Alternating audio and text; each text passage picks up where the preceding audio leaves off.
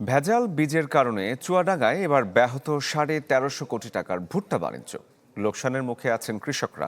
বিশেষজ্ঞরা বলছেন, ভেজাল বীজ সরবরাহকারী নসিব কোম্পানির সরবরাহ করা ভেজাল বীজের কারণেই এমন বিপর্যয়। আর ক্ষতিগ্রস্তদের দেয়া হচ্ছে উপজেলা প্রশাসনের পক্ষ থেকে প্রণোদনা।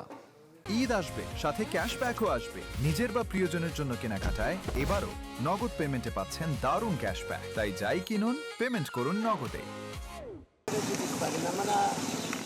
চুয়াডাঙ্গার আলমডাঙ্গা উপজেলার জগন্নাথপুর গ্রামের কৃষক ঠান্ডু মিয়া 2 বিঘা জমি 24,000 টাকায় লিজ নিয়ে চাষ করেন ভুট্টা।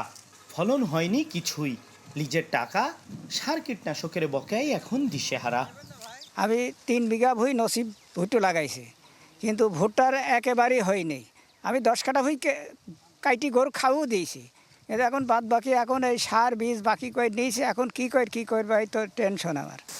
ঠান্ডু মিয়ার মতো উপজেলার 1.5 শতাধিক কৃষকের মাথায় হাত। ক্ষেতের গাছে নেই ভুট্টা, কিছু কিছু ধরলেও মোছা একেবারেই ছোট। ফলন বিপর্যয়। এনজিও ঋণ আর সার কীটনাশকের দেনা কিভাবে পরিশোধ করবে, সে দুশ্চিন্তা সবার। আরও মাঠে ভুট্টা লাগানো হয় প্রতি বছরে। এই নসিব ভুট্টার এত ক্ষতি আমার বয়সে দেখিনি। আমার তো মাথায় হাত, ঋণ নিয়েছি করেছি, সেটা আমি কন্তি দেবো। আরে আমি দেবো কান্তে, সাথে বাকি করে সেটা দেবো কান্তি। আমাদের এই ক্ষতিপূরণটা যদি কিছু ওখানে তুলিয়ে দিতে পারে, তাহলে আমরা কিছু ঋণগ্রস্ত থেকে মুক্ত পাতে পারি। আন্তর্জাতিক ভুট্টা গম উন্নয়ন কেন্দ্রের কর্মকর্তারা জানান, নসিব কোম্পানির ভেজাল বীজের কারণেই এমন বিপর্যয়।